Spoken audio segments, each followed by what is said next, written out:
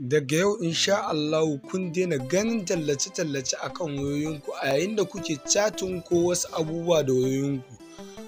Assalamualaikum wa rahmatullahi ta'ala wa barakatuhu. ‘Yan uwa barkanmu da sake saduwa a cikin darasinmu na yau.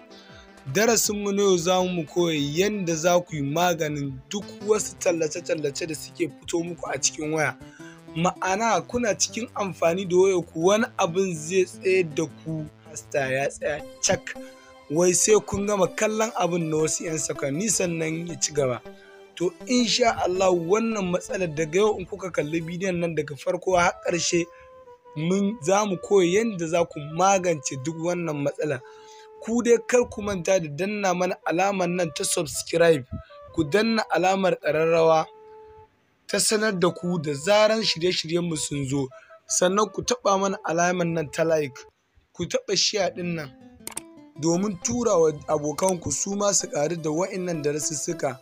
Insha Allah za mu rinƙa kawo muku shirye-shirye masu ingantarwa, a dakace mu.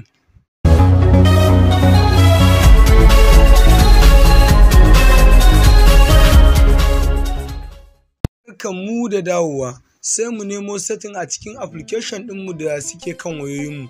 Direct ga setting ɗina nan na nemo, sai mu taɓa alamar nan ta setting direct. So gashi nan ya buɗe, sai mu tafi ƙasa mu nemo Google. Gashi nan a ƙasan Google ɗin an rubuta service and preference, sai mu taɓa shi. Idan muka taɓa shi sai mu nemo ads. Gashi nan za ku ga sun rubuta opt out of ads personalization. A ƙasan shi gashi nan instruct apps not to use your advertising ID to building profile or show you personalized ads. So gashi nan kawai sai mu kashe shi, ba ma buƙatar wannan. Idan bai daina ba ma a duk wannan lokacin za mu iya haɗawa biyun kawai mai maganin matsalar lokaci ɗaya. Sai mu sauko ƙasa gashi nan an rubuta ads by Google, sai mu taɓa shi. Ka taɓa shi sai mu taho ƙasa gashi nan sun ba mu wani rubutu gashi nan a ƙasa, you can control how Google personalize Google ads or turn off personalization of Google ads at ad setting, sai mu taɓa shi. So gashi nan anan ma sun ce ad personalization is on, sai mu mai da shi is off mu kuma, tunda ba ma buƙatar wa'innan tallace-tallacen da suke maganar za su yi advertising ɗinsu.